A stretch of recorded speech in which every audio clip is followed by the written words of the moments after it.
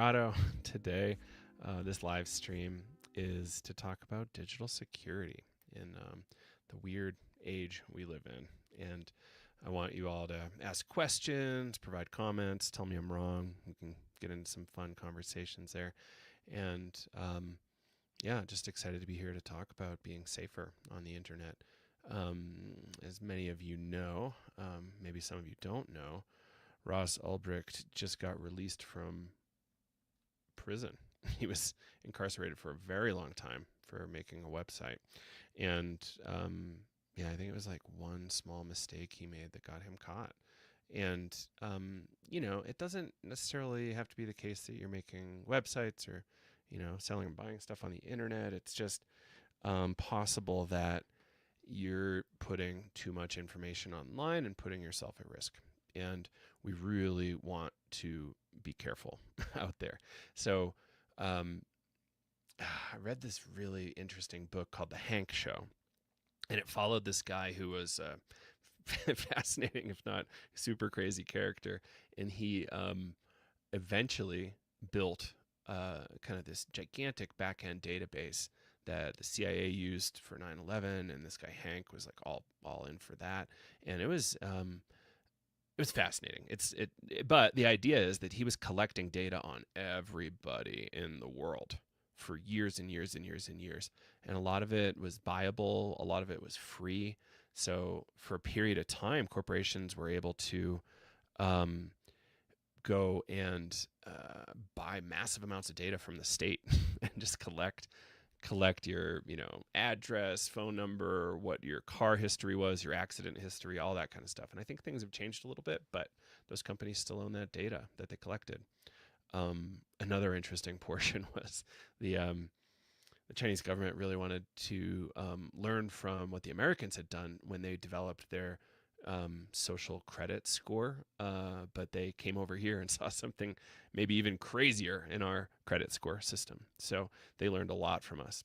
And, you know, there's a certain moment when corporations have so much data on us that they can advertise to the degree that they can transcend consent. So there's a lot of things here. And, you know, we're constantly Googling, you know, how safe is this drug? What is the dose of this drug? Can I mix this drug with that drug in this kind of scene? Like, this is a really common question. And then, you know, how do I do XYZ safer? Or, yeah, things along those lines. And those are all public record, right? No, not public record, but, you know, corporations hold that data. Like Google's not getting rid of that anytime soon. And then, you know, often corporations will say, oh, yeah, we'll totally delete your data. Facebook got busted somewhat recently and said, oh, yeah, we actually, you know, even though you told us to delete your data, we retain it. So in the event law enforcement needs it. And then, you know, this goes even further into the weird stuff. I don't know if anybody's following this. Larry Ellison, he's the former CEO of Oracle. The Simpsons parodied him a few times. But he started talking about this kind of Minority Report style pre-crime AI unit that's going to rely on all the data you put out there, all the data they can get on you. So, you know, the idea that like this judicial kind of process, like, you know, presumed innocent till proven guilty kind of concept might be getting obsoleted here in America, which is really kind of scary. You know, we have to be more careful with how we do things, especially because we're a somewhat, you know, not exactly, but somewhat marginalized group. So I'm curious if anybody's like ever, yeah, Stargate AI, totally. I'm really curious if anybody's like implemented any kind of safety they want to talk about or throw in the comments. You know, I think using things like VPNs, using browsers that are kind of privacy browsers is a really good idea. I like this one plugin for Mozilla called Privacy Badger. That's a pretty cool one. Just curious what you all are using. And a lot of people are, you know, kind of using kind of fake emails, or they just use an email for stuff that, you know, the government or even corporations don't really need. You know, they just want to be able to send you emails, kind of.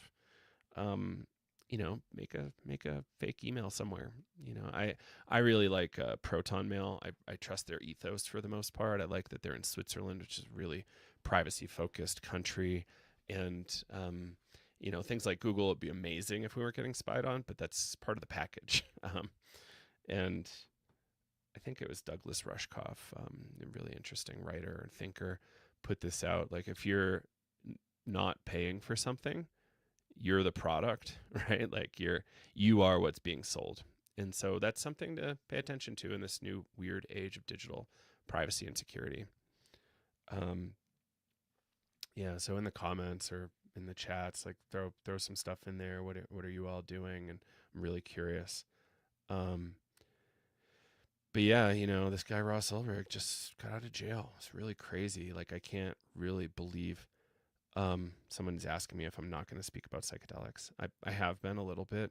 So, like, the idea is that the psychedelic community and people in this psychedelic space are putting all sorts of information out there that can be used to market to them or against them in different ways, right? I'm seeing people on Signal, these Signal channels, using their real phone number, their real name, and a photo of themselves. And they're in these groups, and some of their activity is stuff I wouldn't be putting out online under my real name with my phone number and that kind of stuff. It's really scary. There was this recent DOI DEA case. Hamilton Morris reported that the DEA has been tracking all of our Facebook groups, Signal chats, WhatsApp chats. They had pages and pages of documentation to help support their cases against DOI. And I think this is stuff that can be avoided. What if we took a privacy first approach to our engagement with psychedelics on the internet? It's I think an imperative at this phase, because it's not clear that things are going to be safer for a psychedelic and or other drug using audiences. So yeah, another Proton is one platform I like. Somebody else is saying Hushmail. I think that's good. Somebody said Brave Browser. I like Brave Browser. I have some hesitation because one of these, like, kind of Dr. Evils in the space, Peter Thiel, he's kind of a major investor in Brave Browser. So I'm like, is it really private? Or, like, in what way is it private and what way is it not private? And I don't know the answer to that.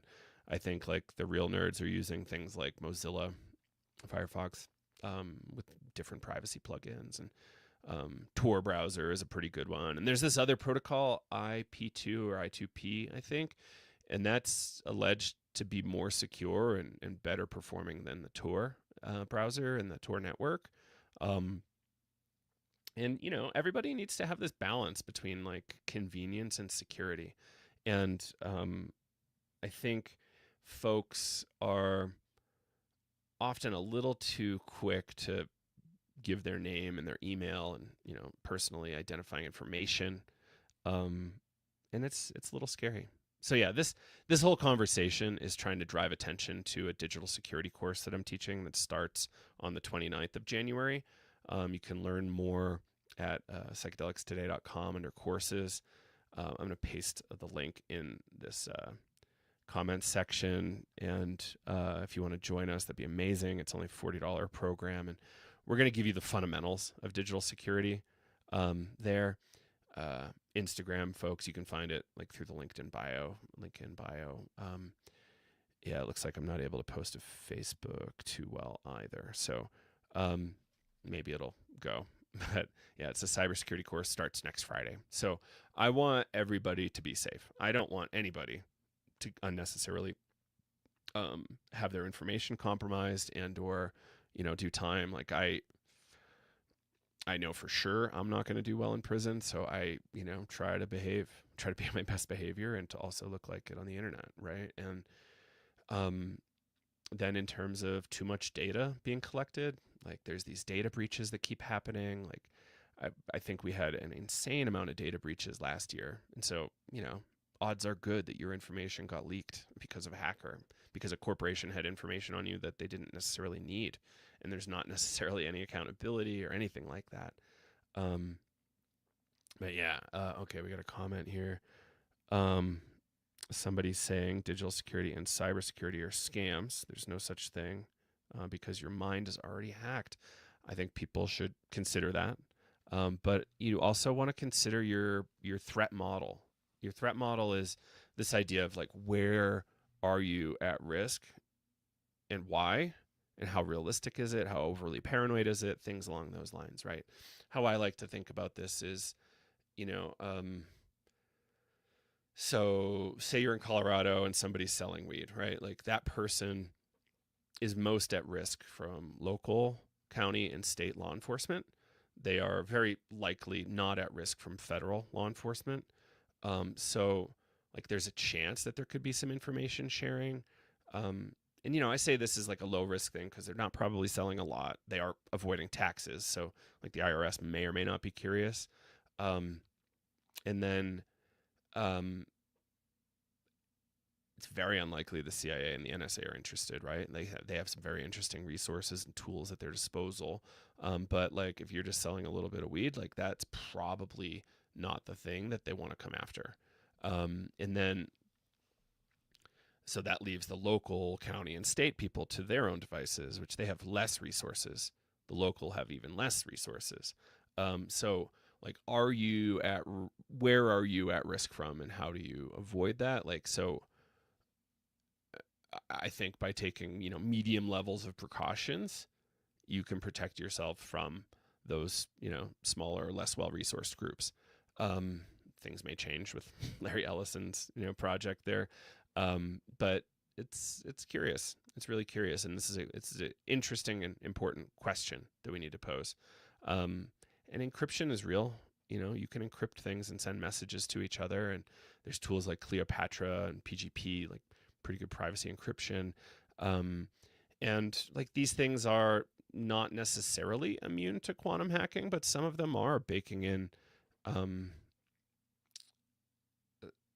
parts to the encryption that are quantum proof. So if you guys don't know about quantum computing yet, it's these really crazy systems that can, solve problems so fast that no other system on Earth can. So it's pretty much like in a few minutes, it can solve things that we could take years or decades or centuries for a traditional computing to solve.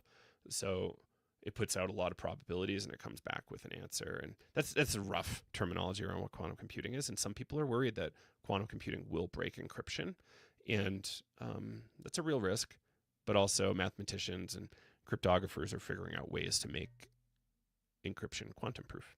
And there's software available for that kind of stuff now, which is cool. So quick reset. We're hyping our cybersecurity course that comes up on January 29. It's going to be really cool and fun. And I've been building this course out for weeks now, and there's so much good stuff in there. We're going to have four classes where I kind of talk through different angles of how to think about security. You're going to have access to ask questions. The classes will be recorded if you can't make it. And after the class, I'll have 2 more open Q&As to the student groups. So you can join and just ask whatever questions you have. I've been kind of like a privacy and like hacking nerd for a really long time, like since probably middle school. So I've always been looking at this stuff. I'm not always as safe as I need to be. I'm kind of a normalish person. I should be a little safer on the internet, but I'm, not always taking all the precautions I need to. And I worked in software for about 20 years. Started interning in software companies when I was 16 years old, as soon as I could drive, and worked through my undergrad in different kind of like tech departments. So I was always around this stuff. And first job out of school was tech, construction, and then tech, and then stayed in tech until 2020 when I jumped over to Psychedelics Today full time. And I've been following the news. Like, people get in trouble all the time in the psychedelic space. Like, just because you've organized as a church doesn't necessarily mean you have federal protection. It still is possibly the case that you can get arrested for running a church. So how do you stay safe so that you can protect your First Amendment rights to free speech and freedom of religion and things along those lines? And then there's some of this technology was developed to support journalists living in authoritarian regimes to stay private. So I remember a while ago, stories about Iranian journalists using Tails, which is this really interesting private amnesiac by design operating system. Like it'll, like, if you do the right thing, the system won't retain any of the memory of what you were up to. And it would take, a lot of effort to recover the data that, whoever's trying to get from you. So if someone stole your laptop or took your laptop, like they can potentially, a normal laptop, they can probably get access to what you have on there. There's ways to encrypt hard drives. This operating system is an encrypted hard drive. Often people run it off a thumb drive. And if the thumb drive's removed, the system will just not remember anything. And it's pretty cool. I like that kind of software. So, and it also makes sure that the internet doesn't know exactly what the serial number of your wireless card is. Your wireless device that connects you to the wireless internet. Like there's a dedicated address there, and that can help people pin down who that person is sometimes. But this software totally puts in a fake one, and you don't have to worry about it, and puts a new fake one out every time. And your internet connection just bounces all over the world a bunch of times. It's pretty incredible. And it's free. So like, this is one thing. Like, depending on how safe you need or want to be, you can be that paranoid and safe. I often think about parents going through custody battles. Like, you want to be as safe on the internet as possible, because it's not necessarily the case that your internet history won't get shown to somebody in court, like when you're dealing with custody. And then, say somebody's got some sort of clearance, right? Like they're a relatively senior police officer, law enforcement, or you work for the FBI, CIA, or military, and you have a clearance. Like, it's likely the case that psychedelics are of interest to you based on the stories you've been hearing all over the internet. Like, how do you make sure that your employer doesn't find out you're looking at these things on the internet, and then have you, lose your job and or your clearance, right? And that could be a major blow to somebody's life. So being safe is important.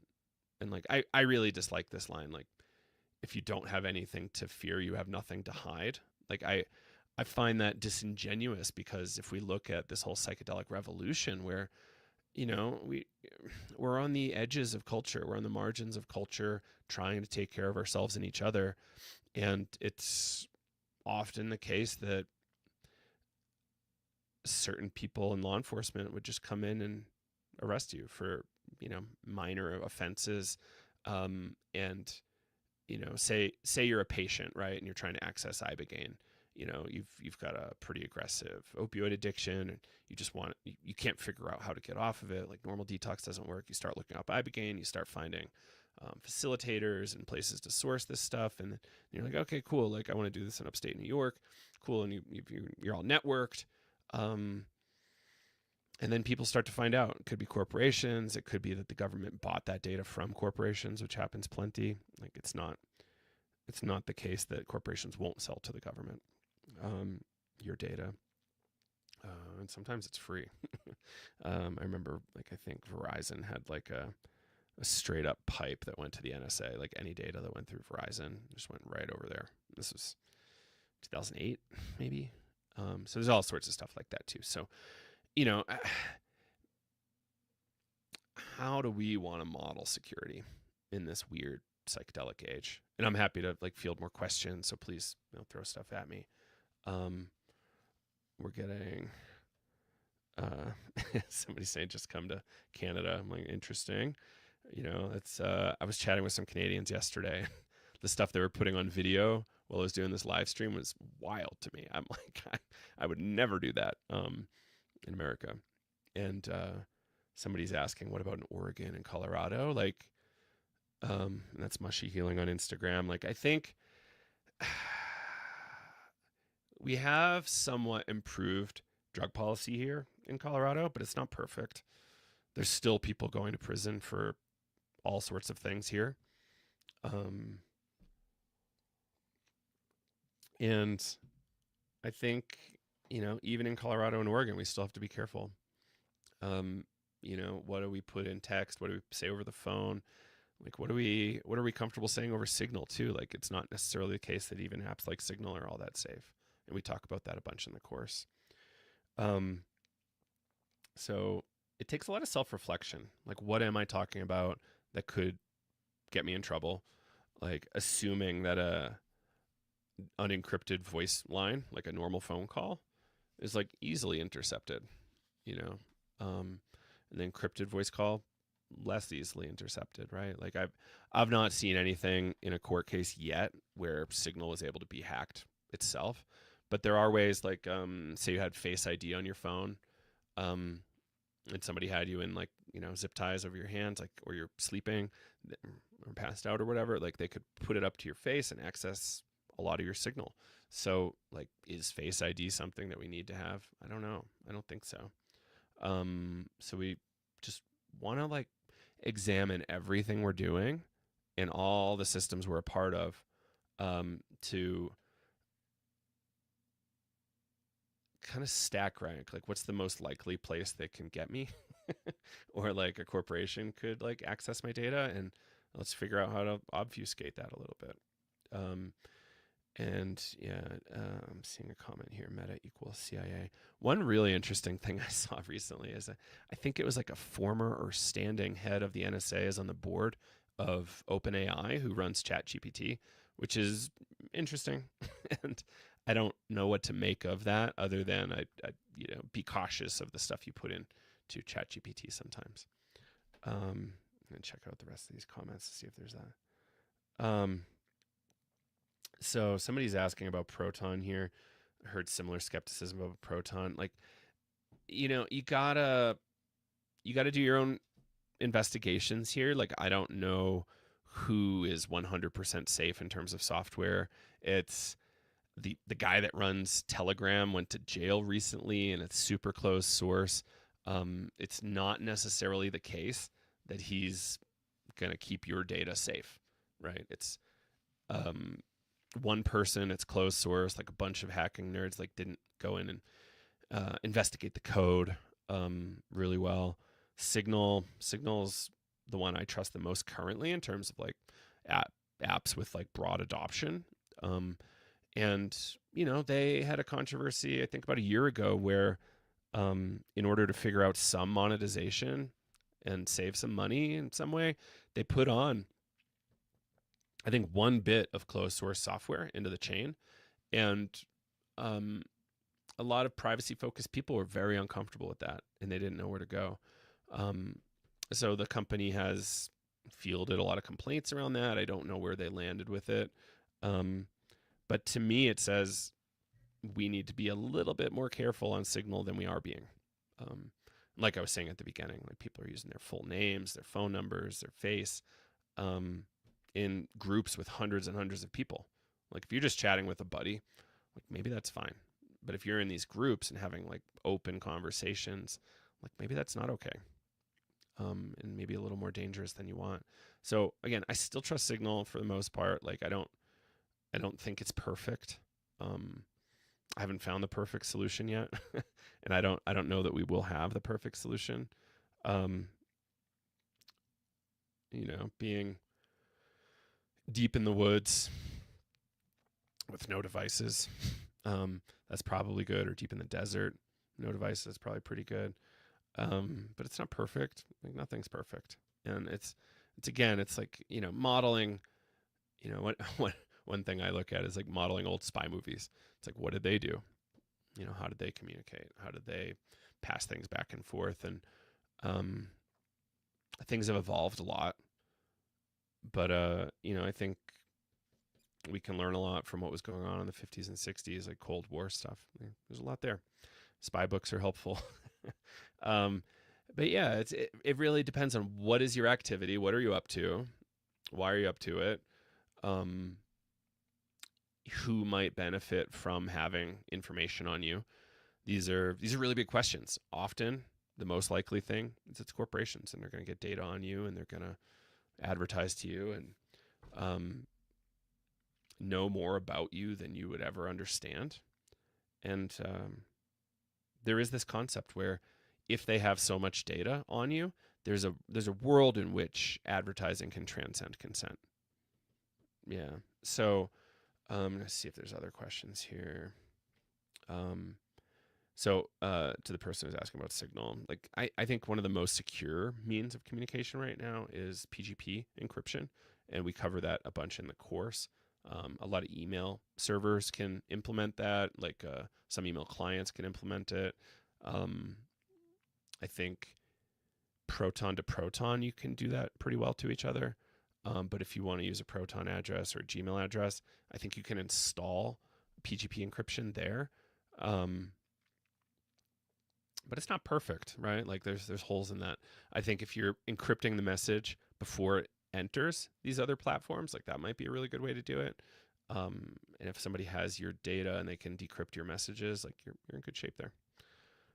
So question here from Dr. Hector. What about technology singularity and the capacity of AI to decide ethically what human beings have failed to do because of greediness? I don't lose hope. Yeah, that's not really part of the privacy conversation, but there is some hope with the AI stuff. It's just a matter of who's steering the AIs and how they're trying to use it towards their ends. Like I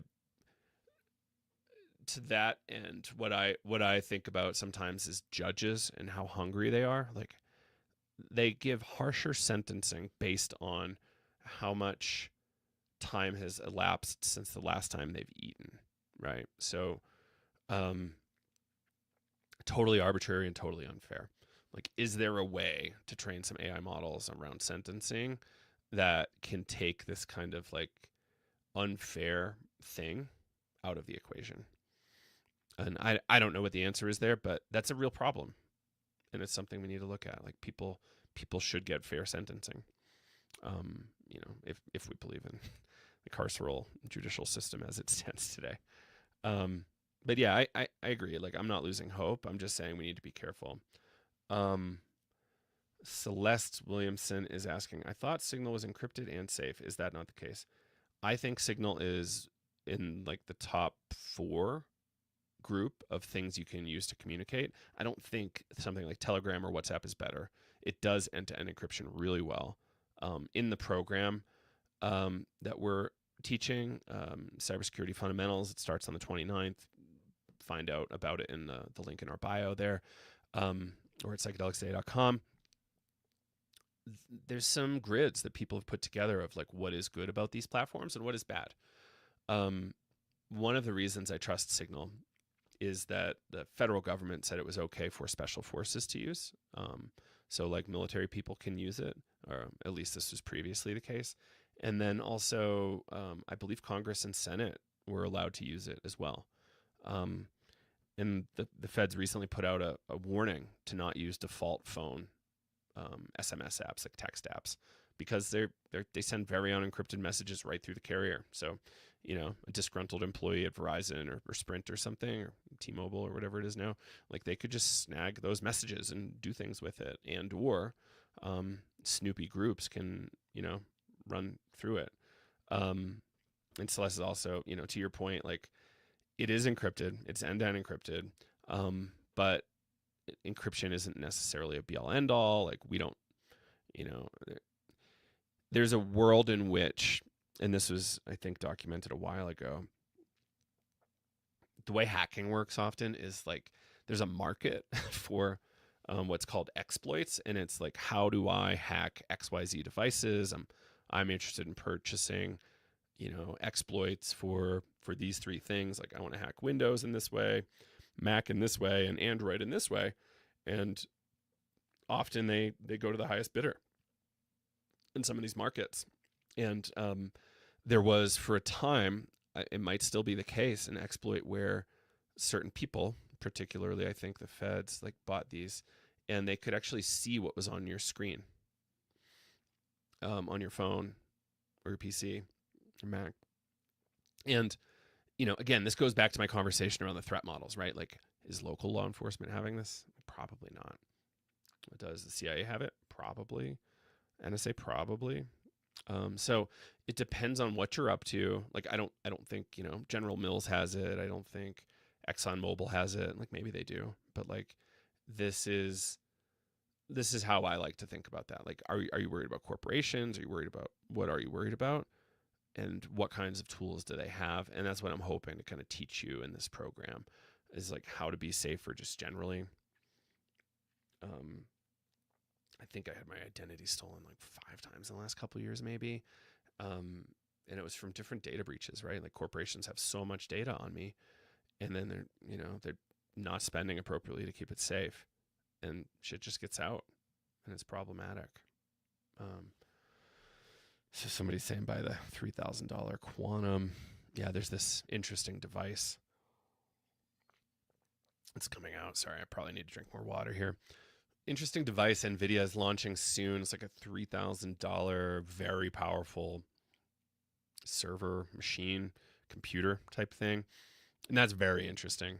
Like quantum computing, as far as I understand, is going to be millions of dollars per device, because they have to operate at like near 0 Kelvin. So it's like really expensive. So please, folks, ask more questions. I'm going to keep scrolling through Instagram here and keep checking in on the other places too. So Mushy Healing says, interesting. What about having a lawyer who says it's as long as I write things from a harm reduction perspective?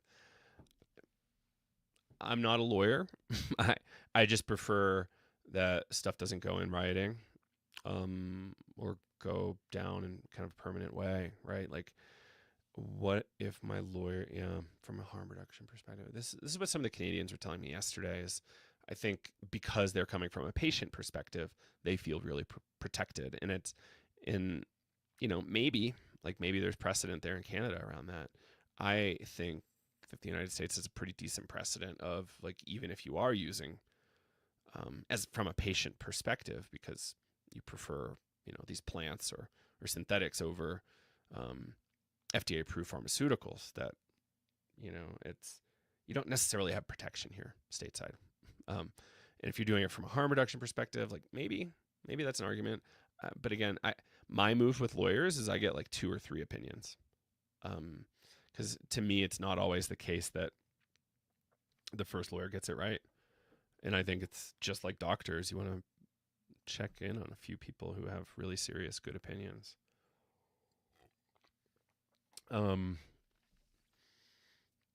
What another question here? What does one bit of a closed source in the chain mean? Okay, so this is going back to my conversation about Signal.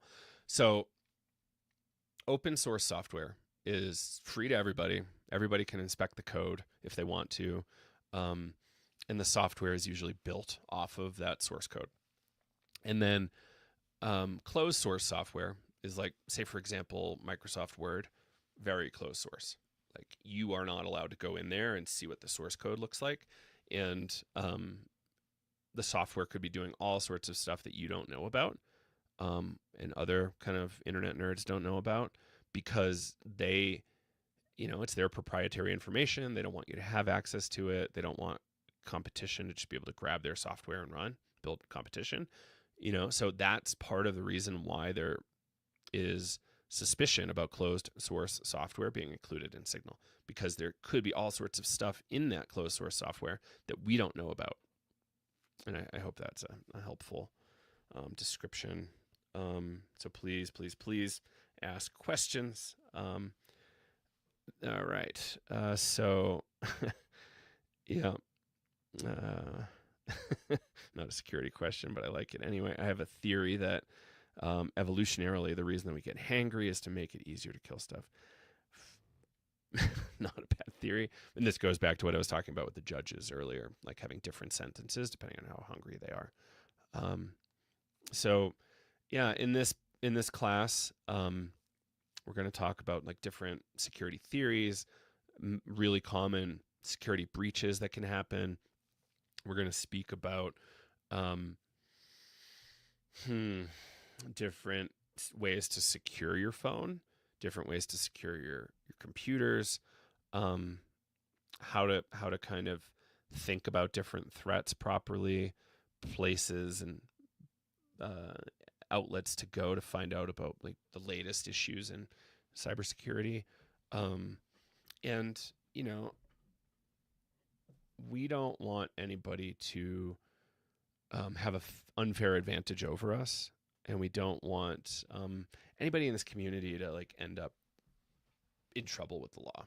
So how do we protect ourselves and each other? And I think it's just a community approach, community learning. Let's learn together, fail together. But in this case, like the stakes are quite high, and we want to make sure we're being as safe as possible. All right, so resetting for a minute here. Please ask some cybersecurity, digital security questions about how to be safer online. On January 29, we're kicking off our Cybersecurity Fundamentals program, and I would love to see you in there. It's $40. It's 4 weeks. I've been building out the class 4 weeks at this point. And after the class is over, we'll have 2 additional Q&A sessions with yours truly, and we can really dig into it. What are my credentials? Longtime internet nerd, privacy, security person, just, very interested in that kind of thing. And I think I had my first computer in middle school, and really loved it, learned a lot, and then figured out that I could have a career in software, and started actually interning when I was 16 years old at big software companies. And first job out of college effectively was software, and stayed in software up until 2020 when I jumped over to Psychedelics Today full time. So I have a lot of experience. I have a lot of paranoia, and I want to share that from a functional perspective and help you all kind of think about how best to stay safe. So that class comes up January 29. Learn more at psychedelicstoday.com. I still have plenty of time for questions if anybody has more questions for me. Yeah, and if people have been, I think there's a lot of new people here. If you've been following the news lately, is really interesting problem that Larry Ellison has been bringing forward around using AI and large data models to get ahead of crime, so arrest somebody before a crime's even committed, which is a really interesting thing. And to me, that indicates that we need to take more steps to keep our information private, keep our lives more private, because the more data they have on us, the more likely it is that we could get unfairly incarcerated if it chooses to go that way. I think there's a lot of legal issues there, but there's a possibility. And it's just like Tom Cruise in Minority Report, the precog unit. So let's see. Cognitive Dissidence is asking, why does Signal require Android or iOS before you can use it on PC? Is it for client-side scanning of the Android or iOS device? You can't just use it on PC. You have to install it and log in Android first. Yeah. So this is an interesting question, and this is one of the security flaws I find in Signal, is that it requires a phone number. If something requires information that personal, like that seems to me to be a security issue. Like, depending on how secure you need to be really careful with whom and what you share your phone number. And that's a scary one, and I'm glad you brought that up. To me, that's a big deal. There is software like Session that I believe does not require a phone number. I think it's also open source. And there's all sorts of interesting software that's like heavily encrypted and open source, and you can do some good stuff. But I think people should really, get their heads around PGP and Cleopatra, and how do you do that? That's how the most secure people are communicating, is through like a tool like PGP. And I find it amazing. So please keep those questions coming. And yeah, I just see so much unsafe behavior out there on the internet. And, if you're using a VPN, that's a great one. Hopefully it's a really secure VPN. Like that's a tough one. You can't just use a VPN and expect safety, right? You've got to figure out how are you more and more untrackable, right? Like, did you use your credit card to buy this VPN? And is this VPN owned by a gigantic company that, like, could easily be storing records that could be subpoenaed? And that's, something that's a law enforcement concern. And then there's also the general corporation. Like, they could be buying data from that VPN provider so that they can track your information and market to you better. I am not really in the business of giving software judgments. I would be really curious to learn more about the Proton VPN, but I don't know enough about it. Yeah, like there's definitely some interesting stuff with Proton. What I like particularly about the Proton world is they're in Switzerland. The privacy laws are really strong there. I think if a warrant is granted, I think at the same time the warrant is granted, the person who the warrant is granted against also needs to be notified. Um, and I find that pretty brilliant from a privacy perspective. I'm also really curious about like what does Icelandic security look like in terms of data privacy, and yeah, it appears to be the case that the United States can bully a lot of countries into giving data over, which is definitely a little problematic. So we'll see. Like I've not heard of a case where Proton gave away information, and that's what kind of led to some problems with law enforcement around drugs. So please, folks, ask some questions about digital security and privacy, like how to stay safe online. We're teaching a class that starts up on January 29, psychedelicstoday.com to learn more. Didn't realize talking for an hour is so hard on my throat. It turns out it is. I love that we got like over 150 people here. It really bodes well. And here we go. I like Instagram for connecting with people and organizations like yourself. Should I essentially share nothing on Meta? Should I even be careful about what I like and what I follow? Maybe. Again, this goes back to the conversation around threat model and like where are the vectors of attack and like what are you concerned about? You know,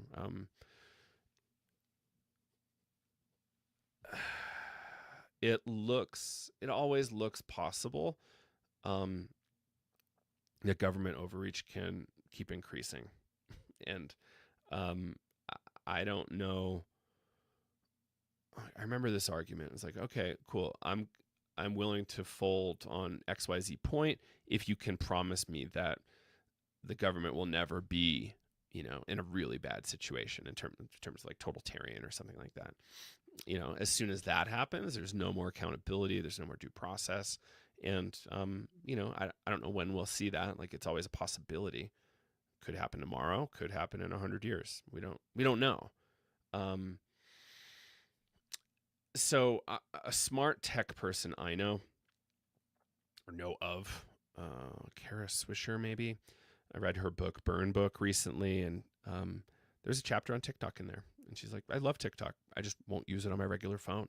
So she uses a secondary phone just for these kind of invasive apps that track a lot of your data because it's not clear, really, what they're going to have access to. And, I've heard activist people say they've been targeted for following pages, certain Facebook pages, get them in trouble.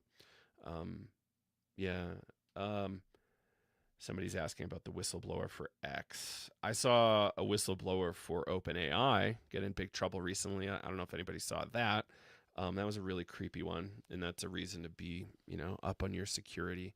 I don't know if anybody saw the whistleblowers from Boeing and what happened to them. That was a really iffy one too. So, this stuff it's an interesting thought experiment and it's an interesting practice. I think we owe it to ourselves and our family and friends to be private online when we can be. I've made a life for myself where I can't really be all that private. I have to be very out in the open, which is a bummer. I wish I could be more private, but that's not what's in the cards for me at this point. What else? Elon Musk role is X. Yeah, I'll check that one out after. Technical, thanks for sharing that. Corporations are able to bend the laws, if not just straight up not follow the laws because they have enough cash for the penalties. One of the big ones I saw recently was a $95 million fine issued to Apple because they effectively lied about how private their phones are and Siri is. Like Siri was listening to all of our conversations and the data came out. And only $95 million for a company worth well over $1 trillion. Like it's like a speeding ticket. It's like a light speeding ticket. for a group like that. It's just pretty much something that I would go to jail for 100 years for. Like, they effectively paid a small fine. So just because there's laws doesn't necessarily mean that companies are going to follow those laws when handling your data. Like, we can see this in HIPAA and elsewhere. And it's tough. So cognitive dissonance is asking about Cleopatra and PGP. PGP, pretty good privacy. So I think it's an interesting tool. So the idea is that there's key pairs, right? Like, you have your private key that's only for you. And then you can share a key with somebody else that allows them to encrypt a message that's just for you. So you can make a message that can only be sent by them, and you can confirm it's from them, unless somebody else has their password. And then only you can open that message based on the encryption key that's been made. And this is like key pairs, and it's based on pretty good privacy PGP fundamentals. And Cleopatra, I think, installs on Windows and Linux. I don't know if there's Android and iOS. I don't think there's one for Mac, but PGP tools are available in Mac. So Mac people can be a little safer. But yeah, that's pretty much it. So you'd throw like any file you could encrypt, really, and you could transfer it over and they could decrypt it. So yeah, it's pretty cool. And like, if somebody was to brute force it, and brute force is an interesting term, it's just pretty much trying every single permutation to try to unlock it. It would take a normal computer like 100 years to like unlock that stuff, or more. So Technical's asking, say you're a noob and don't know where to start. Where do you start? I would start in my class on the 29th, Cybersecurity Fundamentals, psychedelicstoday.com to learn more. And it's going to orient you all over the place. But realistically, there's a lot you have to do to be more secure. This is a totally new time.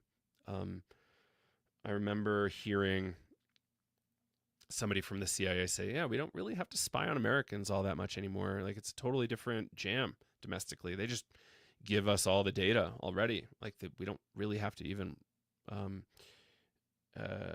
get warrants. You know, they just have the data.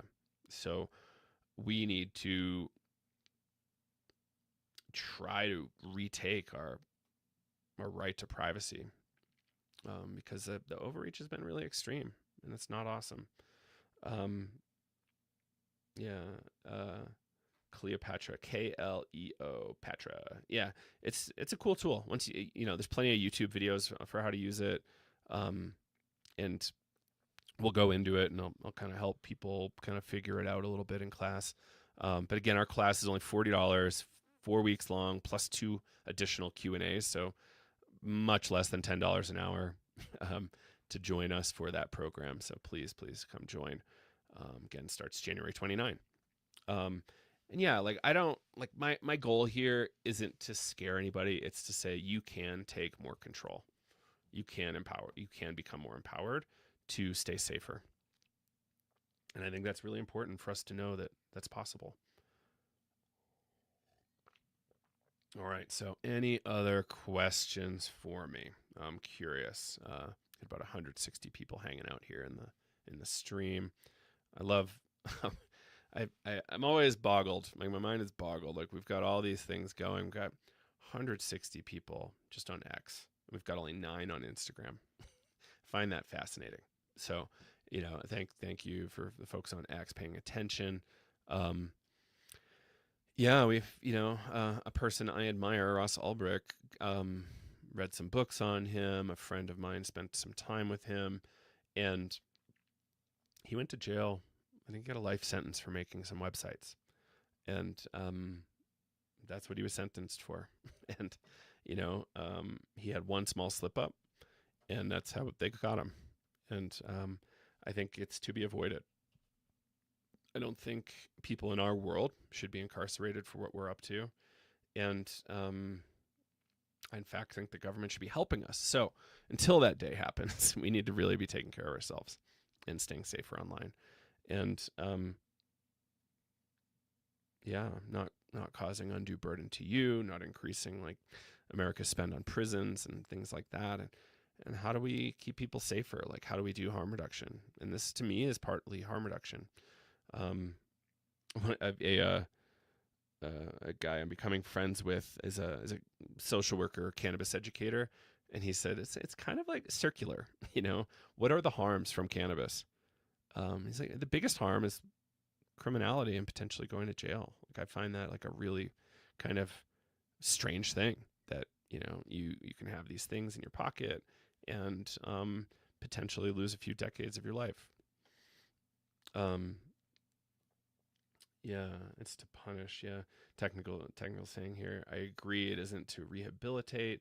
It's to punish. Right. Like the idea, like we call it the correctional system or whatever, criminal justice reform, something like that. And I just don't see people getting better when they're incarcerated. Like up here, like the joke is where I live in the county jail. I know a number of people that have been in there.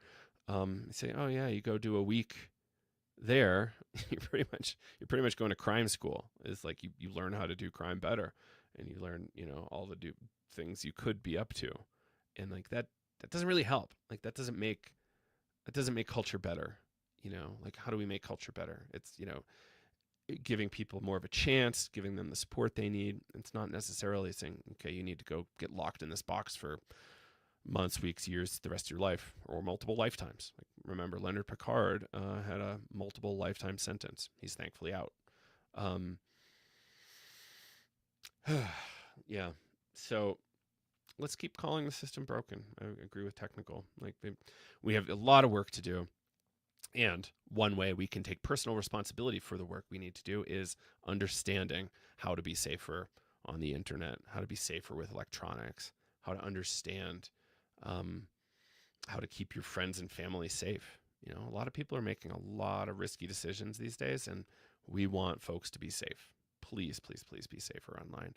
And we can help you, at least at the fundamental level, get a little bit safer. And I hope you join us. Yeah, if anybody has questions, please feel free to throw them in here. I really, strongly believe people should be more well educated on how technology works, how to stay more private with the internet, how to stay more private generally. Like, I'm not asking you to be Ron Swanson. I'm just asking you to take some steps towards keeping you, your friends, and your community safer, because that's a big deal. Yeah.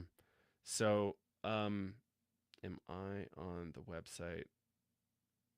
Oh, I am on the website. What is the class called? Cool. It's Cybersecurity Fundamentals. And I will put the link in our chat here again. And I'm going to see if I can put it in Instagram. This might actually blow up Instagram on me. So if it breaks the feed, I'm sorry. Yeah, it looks like it broke Instagram. But yeah, you can find it on psychedelicstoday.com/courses. And then psychedelicEducationCenter.com is kind of really where it lives, but you can get there from most of our websites. Does anybody have other questions? Cool. But yeah, this goes into set and setting, safety in sessions. Like there was this one scenario that happened in Mexico that I would love to cover someday. It was an Ibogaine center, Ibogaine treatment facility, and some, cartel-esque cops came in and kidnapped everybody.